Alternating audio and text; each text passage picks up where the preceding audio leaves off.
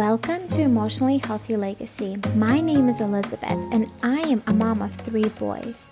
My goal here is to educate you intentional ways that you can become an emotionally healthy mom, ways that you can break destructive patterns that have been happening for years, and how you can leave an emotionally healthy legacy with your children. Hi, friends. Welcome back to Emotionally Healthy Legacy podcast. Today I have a interview with a new friend that I recently made. Her name is Brittni, and she is a mom of 3 boys, and I'm a mom of 3 boys. I'll have a girl soon, but I'm a mom of 3 boys, and she is here to share her story about depression and how that affected her in just motherhood and just in general in life, and then her journey on how she got out of it and how she's doing now. So welcome, Brittni, and you can take over and you can introduce yourself. Hi, thank you. Yes, I'm Brittni Clarkson. So I run the Meant to Bloom blog over on my website, brittniclarkson.com. And I began experiencing the symptoms of depression back in middle school. And I didn't know at the time what that was and wasn't even diagnosed until I was in college. And that's when I began the journey of really figuring out what this mental illness is and the million different ways to cope with it, through which I've discovered that coping is not the same as healing. And it just very quickly became a cycle of depressive episodes followed by contentment, just over and over. And every time I felt like I was better, it would come back around. And every time I felt like I wanted to die, it would pass. And I always had a tendency to hide my emotions. I grew up in a home where emotions weren't really talked about. I watched my mom struggle with depression from a very early age and didn't even know that was her issue until I was experiencing it myself and finally realized what it was. But it was a very hide it all kind of environment, which meant I never really learned how to deal with my emotions properly as a child.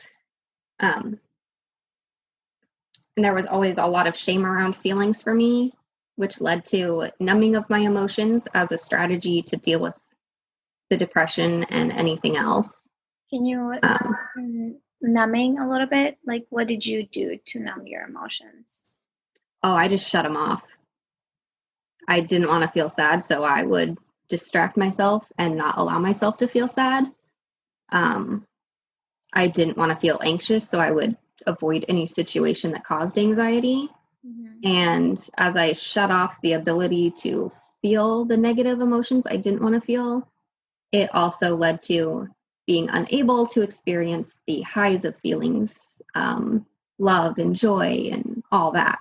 Yeah, I learned that not super long ago. I was listening to Brené Brown, which maybe you know about her. A lot of people know about her, and she talks, she specializes in shame, but she was talking about that with depression, when we shut down, we try to shut down negative emotions. We can't, our brain can't discern just a negative emotion. It just shuts down all emotions. So it's not, then you try to numb, your overwhelm or sadness and, whatever it might be, but then you also shut down the joy and the excitement and the peace and the positive feelings and love, that we all should be experiencing, because our brain can't select one or the other. It just shuts down everything then. And you said you mentioned that's what you experienced. Yeah. Yep, definitely. You can't shut off one and not the other. If you don't want to feel the negative, you're not going to be able to feel the positives. Yep. And even then, if you couldn't feel the negative, I don't think you would appreciate the positive as much because you wouldn't realize what the opposite feels like at all. Mm-hmm. So yeah, you have to learn to be grateful for all of it. Our emotions are complex for a reason. Mm-hmm. But yeah, learning to feel my emotions and lean into what makes me happy, while making others aware of things I didn't like, that was helpful of becoming like who I've always been and my true self. Because when we're hiding our emotions or our mental struggles or anything like that, I feel like we're lying and hiding part of who we are. Mm-hmm. Like you can't fully share who you are with someone if you're hiding how you feel from them. Oh, for sure. And actually, like speaking on that, sorry to interrupt you again, like one of the first things that I talked about in my first like episode of my podcast is like, if you want to have a good, close, intimate, emotional connection with somebody, you have to share emotions. You have to. Mm-hmm. You can't have a close, intimate relationship with a friend, a girlfriend, or your spouse, or, anyone else in your life if you don't share your feelings. With feelings, that's how we connect. And it's not just the positive feelings. We have to, how do we connect? It's usually the struggles and the challenging feelings.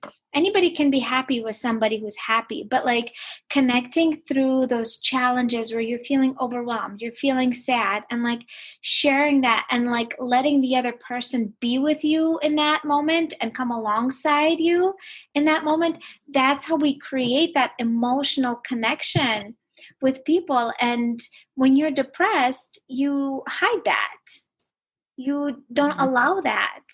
And then you feel disconnected. And then you want to be like, when someone's depressed, they also like even want to be even more disconnected because people overwhelm them. And it's like stepping out of that comfort zone is a lot. It takes a lot. Yes, absolutely. Like, oh, it's such a vicious cycle of you feel disconnected from people because you're hiding all those emotions that would connect you to someone. And then because you feel depressed and disconnected, you don't even want to hang out with anybody. You don't even want to try. It leads to really feeling isolated and alone because you're not sharing your struggles with anyone. So they're not sharing with you. And then you feel like you're the only person in the world going through this. And did you ever look up statistics of depression? How many people are actually dealing with depression? I have, but at this point, I've been talking about it with so many people, and I feel like the statistics are really skewed because it's something like 1 in 4. I feel like there's No way. I know way more than 1 in 4. Yeah, Like, way more. no, that's like 1 in 4 in therapy right now. That's not 1 in 4 who are living with it. And like a lot of people don't get help.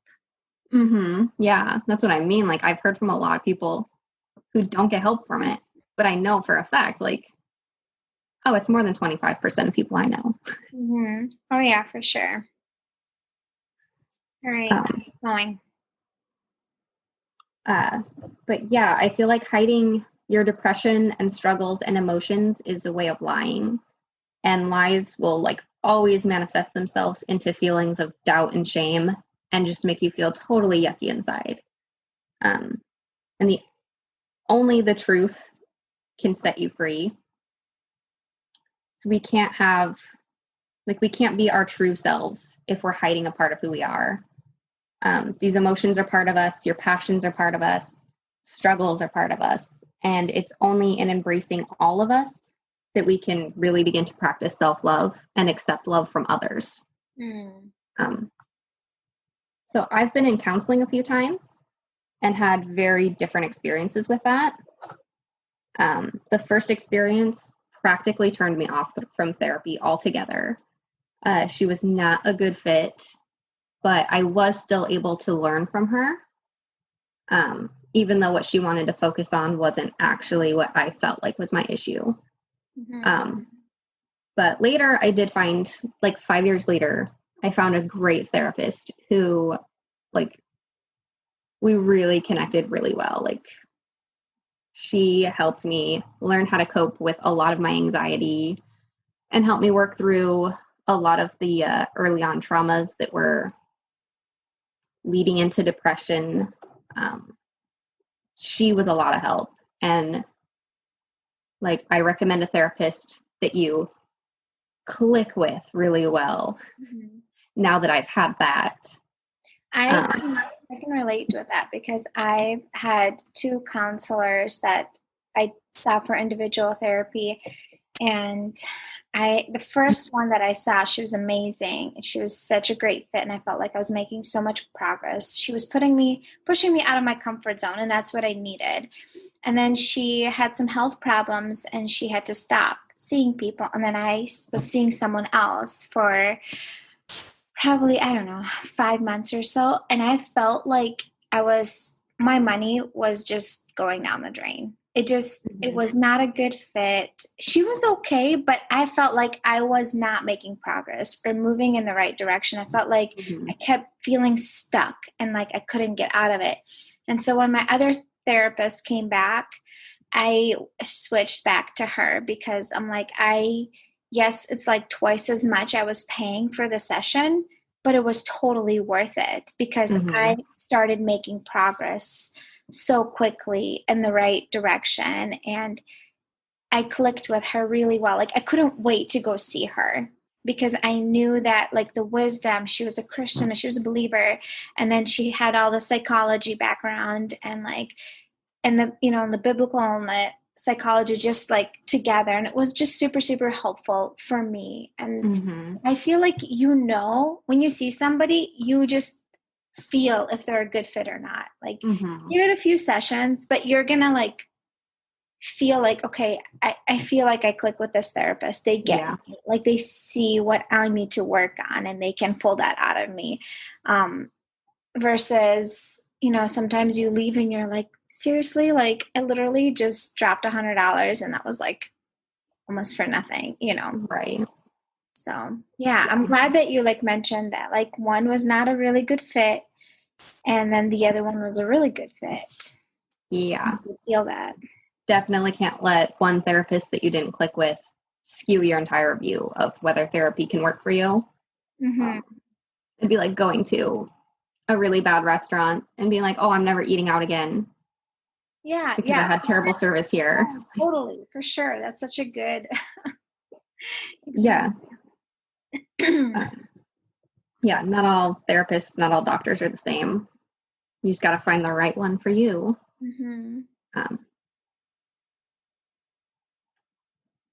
So yeah. And the last time I was in therapy, I was with BetterHelp, which they do a pretty good job, I think, at matching you with someone.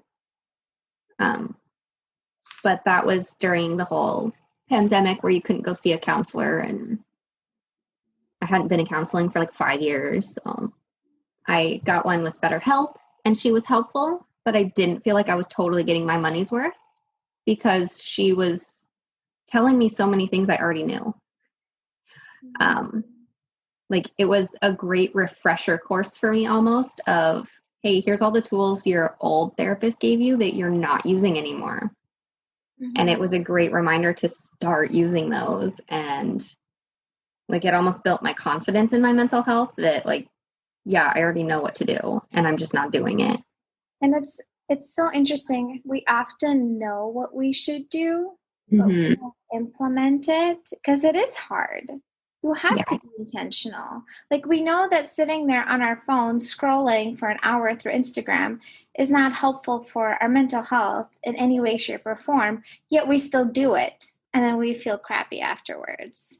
So like, we know we shouldn't do it. We know it's better to sit down and read a book or journal, but we don't do it. And just like, yeah, it's just so interesting how, like, a lot of times we do, like, you knew what you should be doing, but you weren't implementing it. So therefore, you're not seeing changes.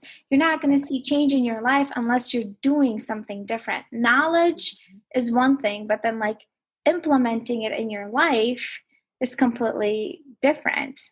Right. Yeah.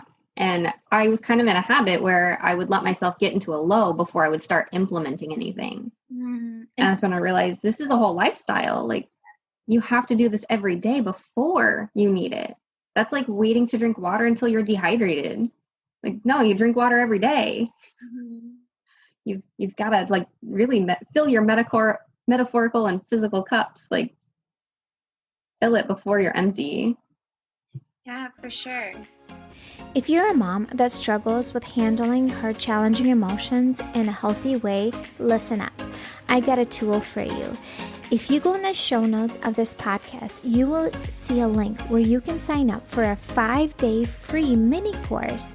And in that mini course, you get to learn actual practical things that you can do in the moment and outside of the moment to be more patient and calm, so you're not as overwhelmed, so you're not as stressed, and actual ways to learn to de-stress yourself and calm your nervous system down.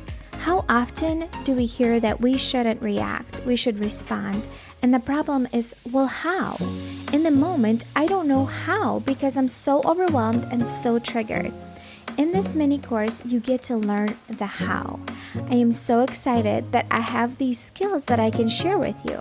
So go in the show notes, click on the link, enter your email, and then you can start the 5-day free mini course. Okay, so you struggled with that for a while, and then share us your story about like how God spoke to you, it was like a wake-up call for you that you need to do something different with your life. Right. I was 4 months postpartum with my youngest child. So I had a 4-month-old, a 2-year-old, and I think 3.5-year-old at the time. During the whole 2020 pandemic, this was June, we were several months into lockdown, and I know everyone was feeling that hard. And I entered another depressive episode. And I wasn't in it for very long before I had just absolutely had enough. There was one really, really stressful day, which I don't even recall all of how this day came to be. I just know that it was high stress for me. The kids were a lot to handle, and I wasn't handling it well. So the second my husband came home, I was out the back door. And I was going through for a walk in the forest thinking like, I just need to like go get fresh air and clear my head.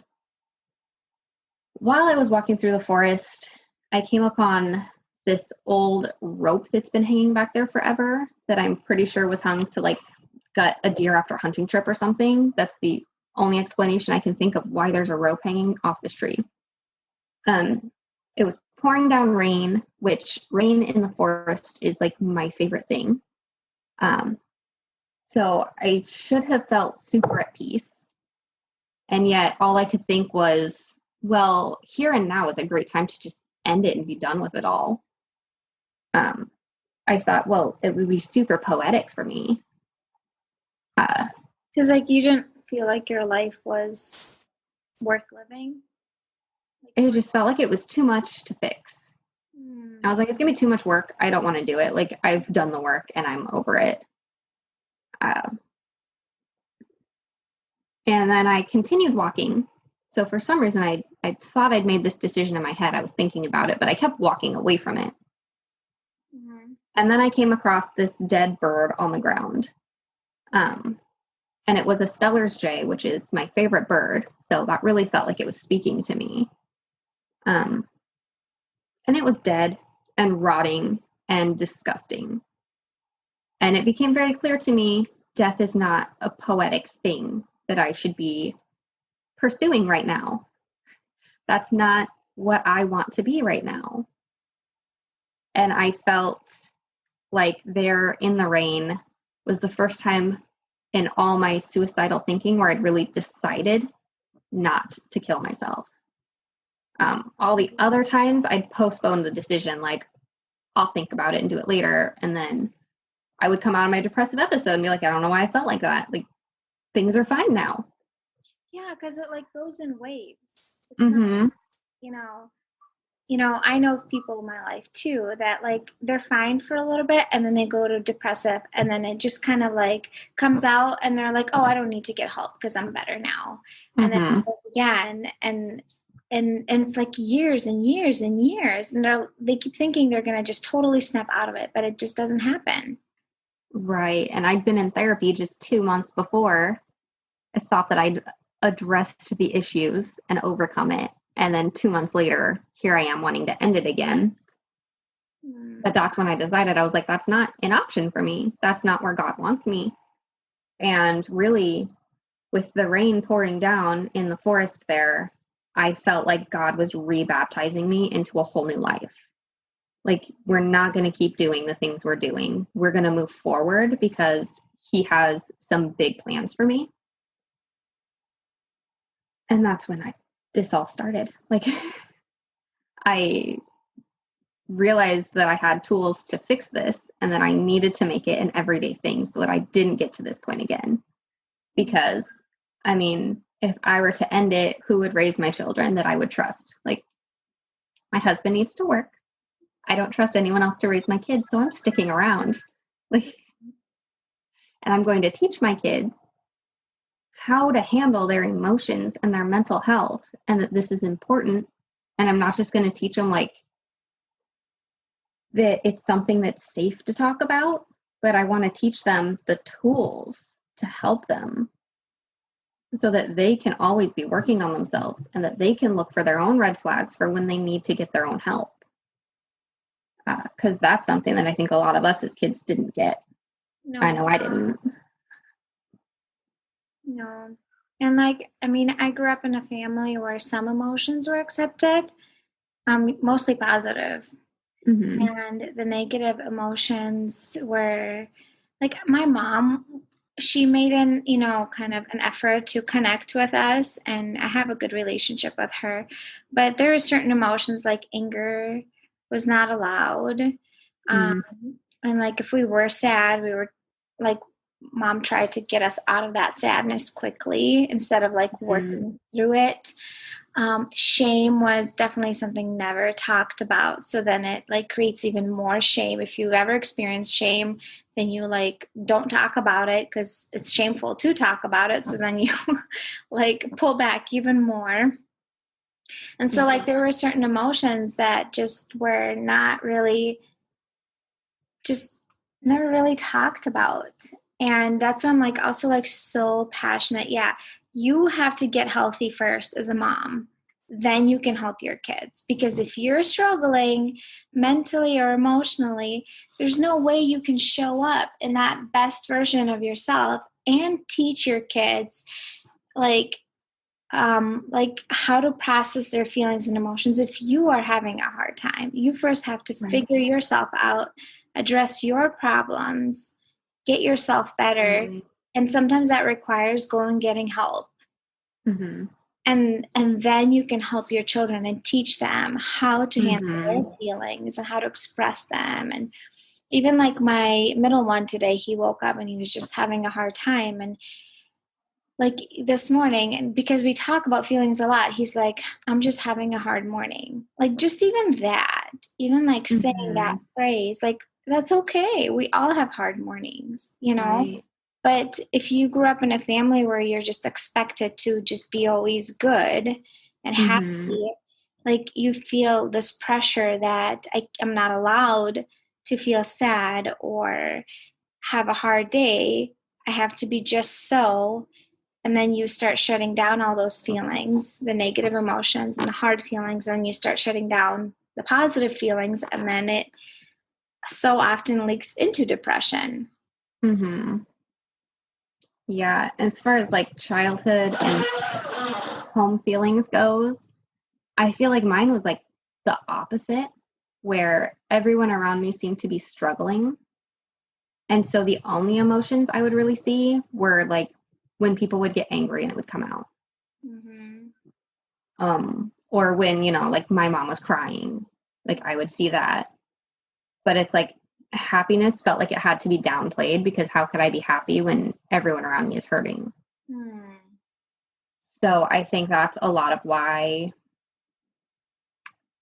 I didn't feel comfortable expressing my joy when I had it. Yeah. And I felt like I had to just be quiet about that. So then when I started feeling negative feelings and I needed to cut those off, it like both ends get cut off and you feel nothing for a long time. Yeah. And when you feel nothing, it's like, why be here? Mm-hmm.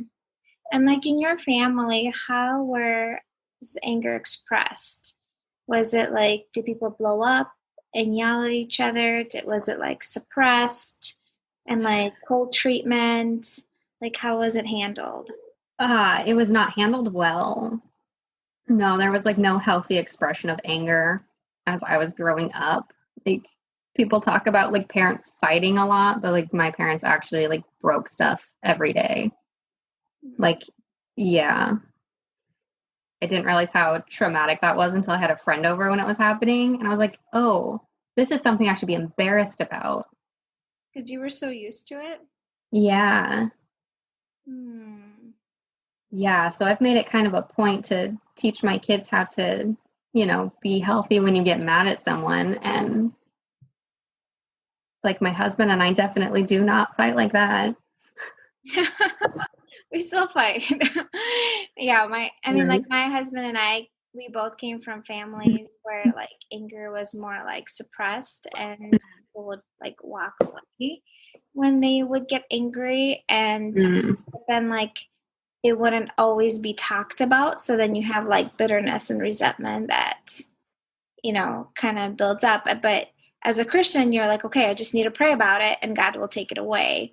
And that's what like my parents would do, and probably my in-laws, the anger is a bad feeling, bitterness is a bad feeling, instead of like, okay, let's talk about why I'm feeling angry. I don't want to stay in this anger. I want to, move forward, but let's figure out why I'm feeling anger and bitter and resentful and, address it. Mm-hmm. Yes. Addressing like the cause and oh yeah. Okay. So you went to therapy 3 times. The third time was like more of a reminder of the tools that you were given but you were not implementing. And let's talk about some of the things that you did start implementing in your life that started to make a difference in how, your thoughts were going, the negative thoughts, and just like the depressive episodes. And like, what was it the practical things that you started doing every day that proactively, right? So it's not like when it happens, it's like constantly regularly doing it so you don't get to that depressive episode. Right. Yeah, I have a huge long list of things that have been so helpful for me. But like the top 3 that I'm doing all day throughout my days, I would have to say would be introspection, gratitude, and affirmations, which introspection is just a super fancy word for asking yourself like what's going on in my head right now.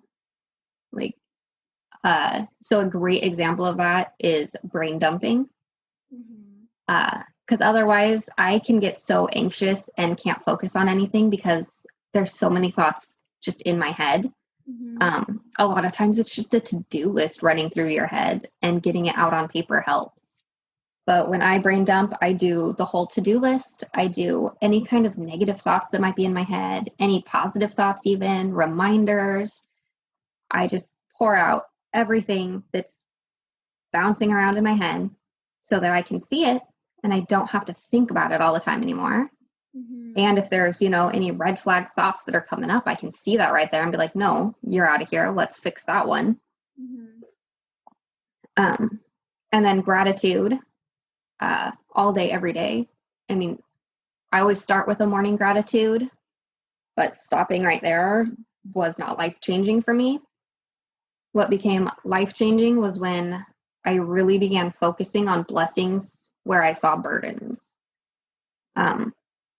So I would make a gratitude list throughout the day specific to the things that stress me out.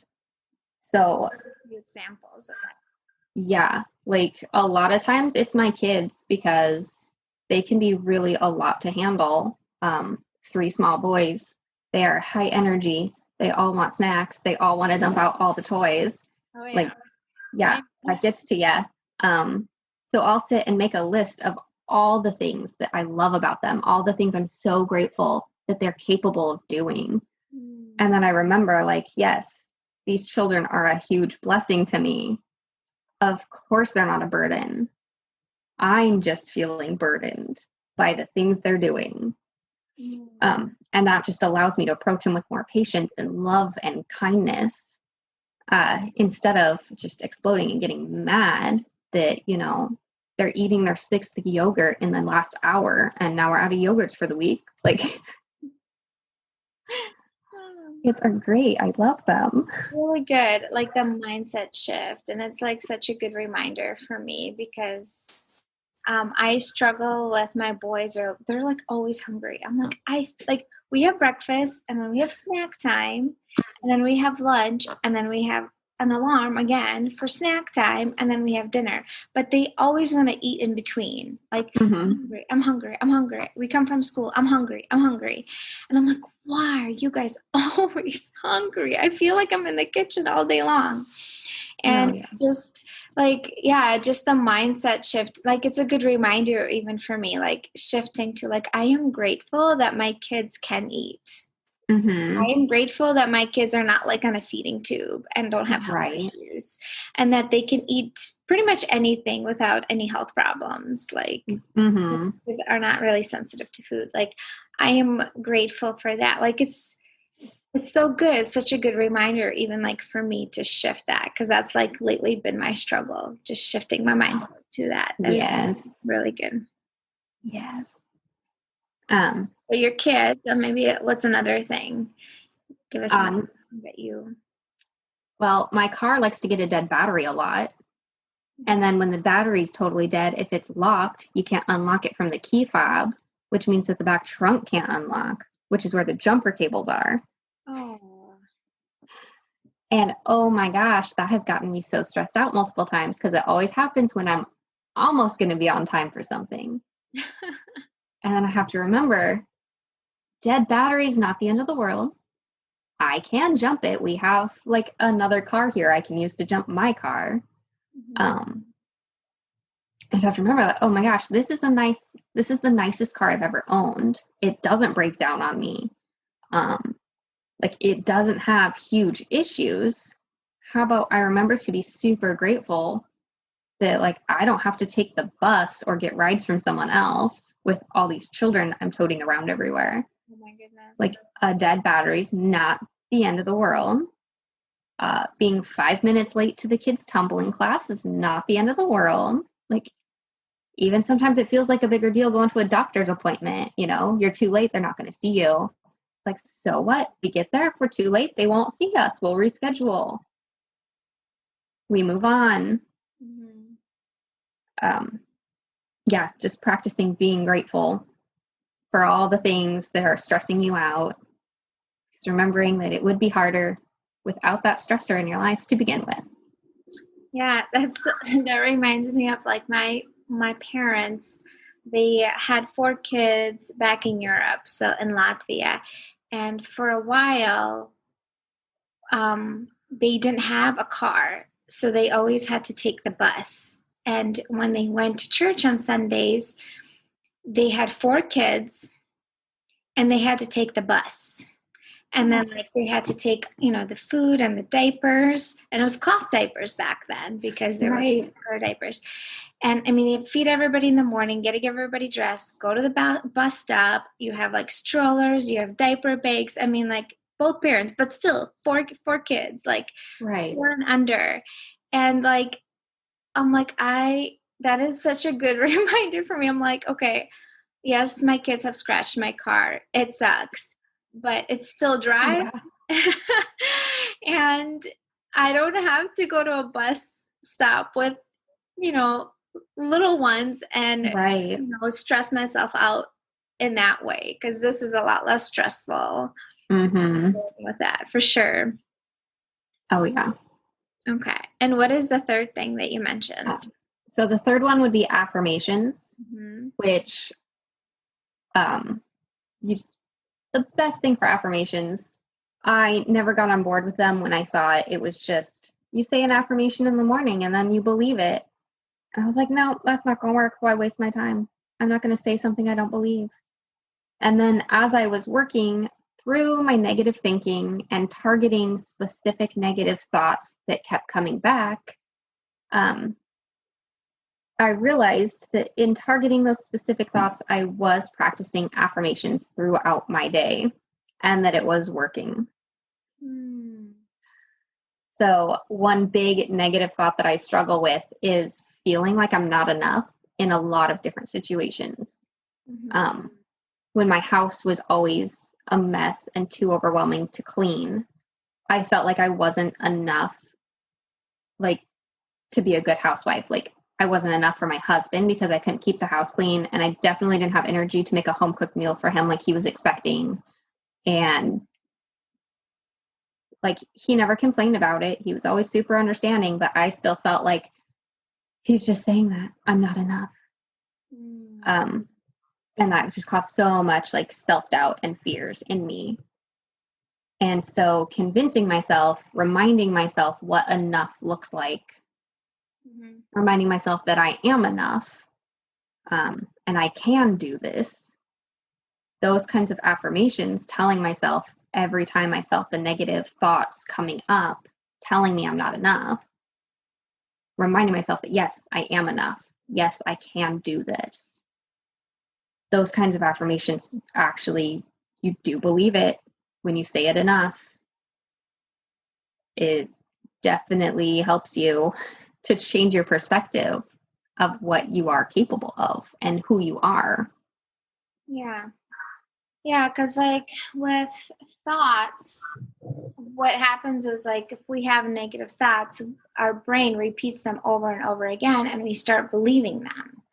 So we want to, flip that and say positive thoughts, even though we say them at first, we don't believe them. But if we keep saying them over and over and over, like our brain will start seeing them like as the truth now, and it will start believing that. And even like as a Christian, as a believer, saying, things, scriptures from the Bible that talk about how God loves you and you are enough, and just like reminding yourself over and over again. And if you keep saying those things, like mindset is so crazy powerful. It's insane. It is so powerful how we see things, like how I write that down on my Instagram page, like how we think like affects how we feel. How we feel affects how we behave.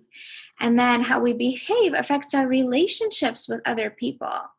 Because if we have negative thoughts, we feel negative emotions. When we have a lot of negative emotions, we're in an emotional and survival part of the brain, which cannot make positive choices. So we make negative choices, not even like wanting to. And then that affects our relationship with our loved ones in a negative way. So like to go back and start from the root, thoughts have so much to do with how it affects our relationships with other people. Absolutely. Okay. Well, this was really, really helpful. Thank you for sharing your story and being vulnerable enough to share it, because not everybody can do that. And also like sharing things that you practically do on a regular basis that have supported your mental health. And like the key is to do them proactively, not wait until things are bad. That's what most people do. And even when they're bad, they don't even do the stuff. But we, same thing, like they talk about like eating healthy. You can either do like, proactively eat healthy and have like, the healthcare, or you can have sick care later on. It's like, which one are you going to choose? One or the other. Because if you don't deal with this now proactively, you're going to have issues that you will deal with later.